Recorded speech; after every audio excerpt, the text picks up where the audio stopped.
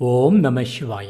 தேவாரம், திருவாசகம், திருவிசைப்பா, திருப்பல்லாண்டு, திருத்தொண்டர் புராணம் ஆகிய 5 நூல்களும் பஞ்சபுராணம் என்று அழைக்கப்படுகின்றது. பஞ்சபுராணம் போதுவது என்பது சிவபெருமானின் புகழினை பாடும் திருஞான சம்பந்தர், திருநாவுக்கரசர், சுந்தரமூர்த்தி நாயனார் ஆகியவர்களின் தேவாரத்தின் 7 திருமுறைகளிலிருந்து ஒரு பாடலும், திருவாசகத்திலிருந்து ஒரு பாடலும், திருவிசைப்பாவிலிருந்து ஒரு பாடலும், திருப்பல்லாண்டிலிருந்து ஒரு பாடலும், பெரிய புராணத்திலிருந்து ஒரு பாடலும் என 5 பாடல்களை தேர்ந்தெடுத்து பாடுவதாகும். இதனை தோத்திரம் ஓதுதல் என்று குறிப்பிடுகின்றனர். பஞ்சபுராணம் ஓதுதல் சிவாலயங்களில் சிவபெருமானுக்கு அபிஷேகம் மற்றும் ஆராதனை நடக்கும் பொழுது 12 திருமுறைகள் பாடப்படுவது வழக்கமாகும். அவ்வாறு 12 திருமுறைகளை பாட இயலாத நேரத்தில் தேர்ந்தெடுக்கப்பட்ட 5 நூல்களிலிருந்து 5 பாடல்களை மட்டும் பாடும் முறை உருவாக்கப் பெற்றது. பஞ்சபுராணம் பாட துவங்கும் பொழுதும் பாடி முடிக்கும் பொழுதும் திருச்சிற்றம்பலம் என்ற சிதம்பரத்தினை குறிக்கும் சொல்லினை கூற வேண்டியது மரபாகும். திருச்சிற்றம்பலம்.